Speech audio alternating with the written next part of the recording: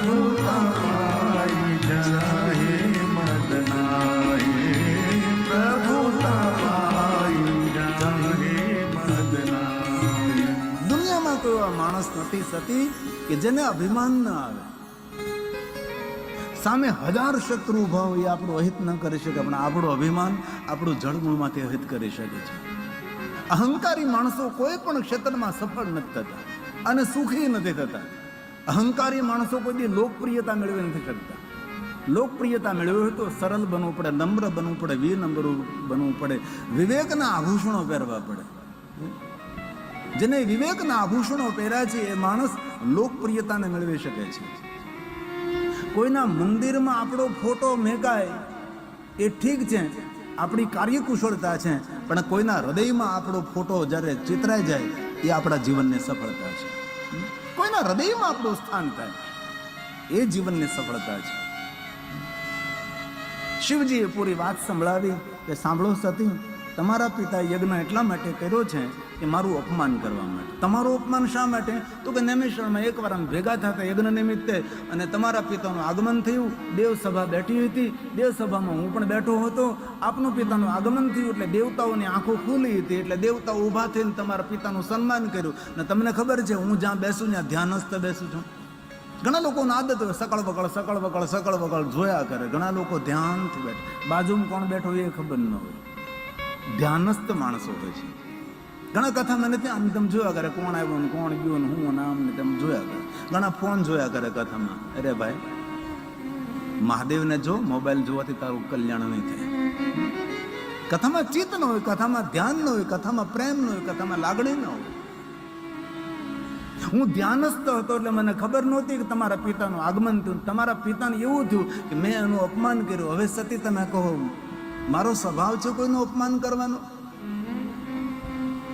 સમાજમાં આપણું માન તો જ વધે જો આપણે સૌનું સન્માન કરતા શીખી જઈએ. તો કદમ કદમ પર આપણે સૌનું અપમાન અનાદર કરતા હોય તો આપણો અનાદર થશે. તેથી તમારા પિતાને સમજવામાં થોડી ભૂલ થઈ છે, તેથી યજ્ઞનું આયોજન કર્યું છે. આપણે નથી જવાનું, આપણને નિમંત્રણ નથી કર્યું. મારે જવું છે, મારે પિતાને ત્યાં યજ્ઞ છે. શિવજી સમજાવવાનો ખૂબ પ્રયાસ કર્યો પણ સતી ન માની. અંતે સતી જાય છે. મહાદેવજી અગણિત ગણોને સાથે મોકલે છે. પ્રજેશ નગરમાં પહોંચે સતી. નગરના માણસો સતીનું અપમાન કરવા લાગે છે. સતી, તમને ક્યાં આમંત્રણ આપ્યું છે? વગર આમંત્રણે તમે આવ્યા છો. સતીને જોજો લોકો મોઢે ફેરવા લાગે છે. તમે જો સમાજ કેટલો વિચિત્ર છે, ધ્યાન દેજો થોડી વાર માટે. અહીંયા જ્યારે દક્ષના પુત્રી સતી તપ કરીને આવ્યા ત્યારે નગરના માણસોએ પુષ્પની વૃષ્ટિ કરી હતી. નગરના માણસોએ જય જયકાર કર્યો હતો કે વાહ, અમારા રાજા દક્ષ મહારાજની પુત્રી સતી તપ કરીને આવ્યા છે. લોકો જય જયકાર કરતા હતા. એ સતી, એ જ નગર, એ જ નગરની ગલીઓ, એ જ નગરના માણસો આજે સતીની નિંદા કરે છે, આજે સતીનો અનાદર કરે, સતીનું અપમાન કરે છે. દુનિયા તણા દોરંગા ધોખા કદે ધરશો નહીં. જીવનમાં સફળ થવું હોય તો કોણ આપણા વખાણ કરે છે ને કોણ આપણી નિંદા કરે છે બધું જ નજરઅંદાજ કરવું પડે તો તમે જીવનમાં સફળ થઈ શકો છો. આપણી પ્રશંસાના આપણા વખાણ સાંભળીએ તો આપણે અહંકારી બની જઈએ, નિંદા સાંભળીએ તો હતાશ ને નિરાશ પીછે હટાવી જાય. તેથી આથી જાય બજાર કૂતરા ભસે 1000.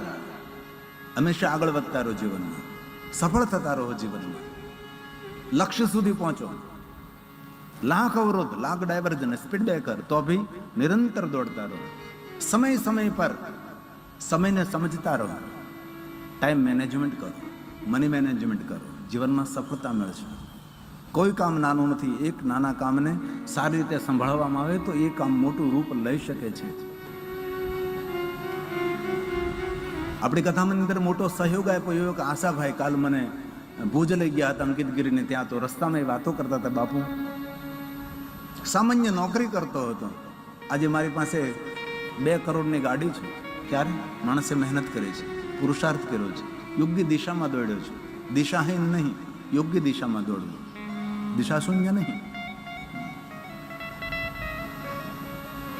નગરના લોકો અપમાન કરવા લાગ્યા. સતીનો પગ ભારે પડ્યો છે. અગર બાપના ગામમાં અપમાન થાય દીકરીનું એટલે દીકરીને કેટલું દુઃખ થાય. ભારે પગે બાપના આંગણે ગઈ છે. મહેમાનો પણ નહીં બોલવાના શબ્દો બોલવા લાગ્યા છે, ફૂસફૂસ કરવા લાગ્યા છે. મહેમાનોની વચ્ચે બેઠેલી માં છે, પોતાની દીકરી સતીને જોઈ જાય છે. મહેમાનોની વચ્ચેથી ઊભી થઈને સતી માતા વીરની દોટ મૂકીને સતીની પાસે આવે છે. પોતાની દીકરી સતીને ગળે વળગાડીને મળે છે.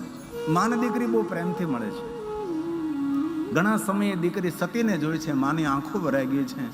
સતીના આંખમાંથી આંસુ પડવા લાગે છે. માને દીકરી બહુ પ્રેમથી મળ્યા છે. સવે સતીનો અનાદર કર્યો, પણ માએ અનાદર નથી કર્યો.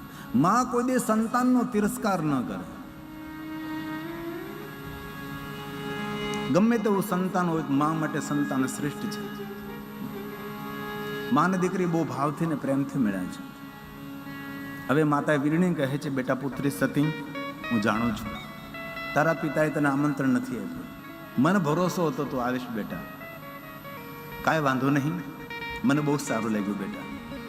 જા પેલા યજ્ઞનાળના દર્શન કર્યા, પછી આપણે બેટા બેટા સુખ દુઃખની વાતો કરીએ. માં દીકરી અને ક્યારેય સાસરે ગયેલી દીકરી પિયરમાં આવે છે ત્યારે જેને ભાભીનું પદ મળ્યું છે તેને સમય આપવો જોઈએ, એને મા દીકરીને બેસવાનો અવસર આપવો જોઈએ. કેવું જોઈએ કે બા, ઘણા સમય આજ બેનબા એવા છે, તમે બેસો, બધું જ ઘરને હું સંભાળી લઈશ. જીવતા આવડે ને તો આપણી દીકરી સાસરે જઈને પૂછાય નહીં, પૂજાય, પણ જીવતા આવડવું જોઈએ. સમય નિર્ણય લેતા આવડવું જોઈએ. મા વીરણીને ખબર નથી કે સતીની છેલ્લી મુલાકાત છે. સતી યજ્ઞનાળનું દર્શન કરવા જવાના છે, પાછા આવવાના નથી આવવાના, એ મા વીરણીને ખબર નથી. મા વીરણીને તો ખબર નથી, આ દુનિયામાં કોઈ માણસને ખબર નથી કોની મુલાકાત પહેલી છે ને કોની મુલાકાત છેલ્લી છે. જે મળે જીવનમાં તેની સાથે મધુર ને સાથો ને શ્રેષ્ઠ માન સન્માન ભરેલો વ્યવહાર કરો. કોઈ સાથે અપમાન ભરેલો વ્યવહાર કરવો જીવનમાં ઘણીવાર ખૂચે. સતી યજ્ઞનાળનું દર્શન કરવા માટે જાય છે. જોયું તો દેવતાઓ અને ઋષિમુનિઓના સુંદર સુંદર સ્થાન છે. શિવનું કોઈ સ્થાન નથી.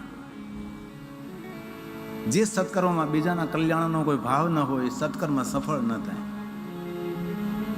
જગહિતનો ભાવ હોય, લોકા નામ હિત કામયા, જગત હિતનો ભાવ હોય, એ કાર્યમાં સફળતા બહુ મળે છે. નિસ્વાર્થ ભક્તિ કરીએ તો ભક્તિનું ફળ અધિક મળે છે. સ્વાર્થથી કરેલી ભક્તિ એનું કોઈ પુણ્ય નથી હોતું. સતી પિતાની પાસે જાય છે. પિતાજીને કહે છે, પિતાજી શું કરો છો? તમે એટલો મોટો યજ્ઞ કરી રહ્યા છો, તમને ખબર નથી? યજ્ઞનું ફળ આપનારા મહાદેવ છે. કોઈ પણ સત્કર્મનું ફળ શિવજી આપે છે.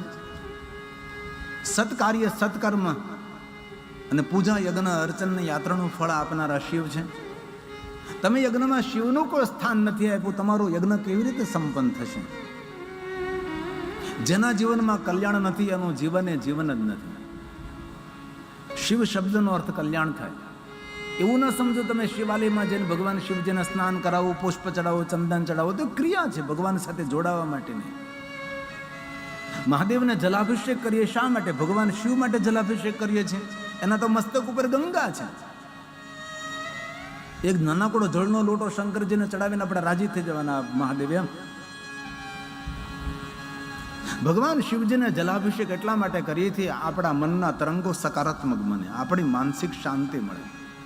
મન ઉદ્વેગ પામેલું હોય, સંતાપ હોય, તો સંતાપમાંથી માણસને વિશ્રામ મળે. શિવજીને જલાભિષેક કરવાથી મનના તરંગો સકારાત્મક બને, કારણ કે જલ સાથે મનને સીધો સંબંધ છે.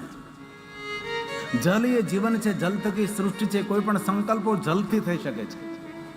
તેથી ક્યારેય કોઈ તમને હાથમાં પાણીનો ગ્લાસ આપે, તરત ઘટક ઘટક પી ન લેવો, થોડી વાર માટે તમારા હાથમાં રાખો.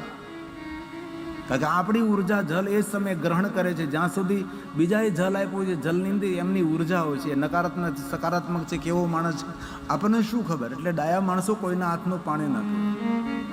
કોઈ પણ માણસ ક્યારેય પણ પાણી આપે હાથમાં ગ્લાસ, તરત ન પીવો, થોડી વાર તમારા હાથમાં રાખો. જલ સામે દ્રષ્ટિ કરો તો તમારી જે ઉર્જા છે જલમાં ગ્રહણ થાય. સંકલ્પ પણ જલથી થઈ શકે છે અને શ્રાપ પણ જલથી આપી શકાય છે. પિતૃ તર્પણ પણ જલથી થાય, દૂધથી ન થાય. ઘીથી ન થાય. તેથી જલમાં અદ્ભુત સામર્થ્ય રહેલું છે. તેથી વાણી ચોખ્ખી રાખવી હોય તો પહેલા આપણું પાણી ચોખ્ખું હોવું જોઈએ. જેના તેના ઘરનું પાણી ન પીવાય. અમારા ભુવાશરીઓ હોય ને, જેના તેના ઘરનું ખાય નહીં, જેના તેના હાથનું ન ખાય, જે તે જગ્યાએ કોઈ ખાય નહીં, કોઈના હાથનું પાણી ન પીવે. આ ભુવાશરીઓની પરંપરા છે, પવિત્રતાને ભરેલી પરંપરા છે. એની નેકી ટેકી બહુ કઠણ હોય. જે ભુવાશરીઓ હોય એના નિયમો બહુ કઠિન હોય. અતિ કઠિન નિયમોમાં એ પોતાનું આચરણ કરતા હોય ત્યારે એના વચનો સિદ્ધ થતા હોય છે. ભુવાજી કે એ બધું થાય તેનું કારણ શું છે? તેનું હૃદય સાફ છે. એ લોકો પવિત્ર જીવન જીવે છે, એક સાધુ જેવું જીવન જીવે છે, એક શ્રેષ્ઠ જીવન જીવે છે. તેથી આપણી સનાતની પરંપરામાં ભુવાશ્રીઓનું એક સ્થાન છે, ભુવાશ્રીઓનું એક માન છે. એના વચનોમાં દેવતાઓ બંધાય છે, એનો મહિમા છે.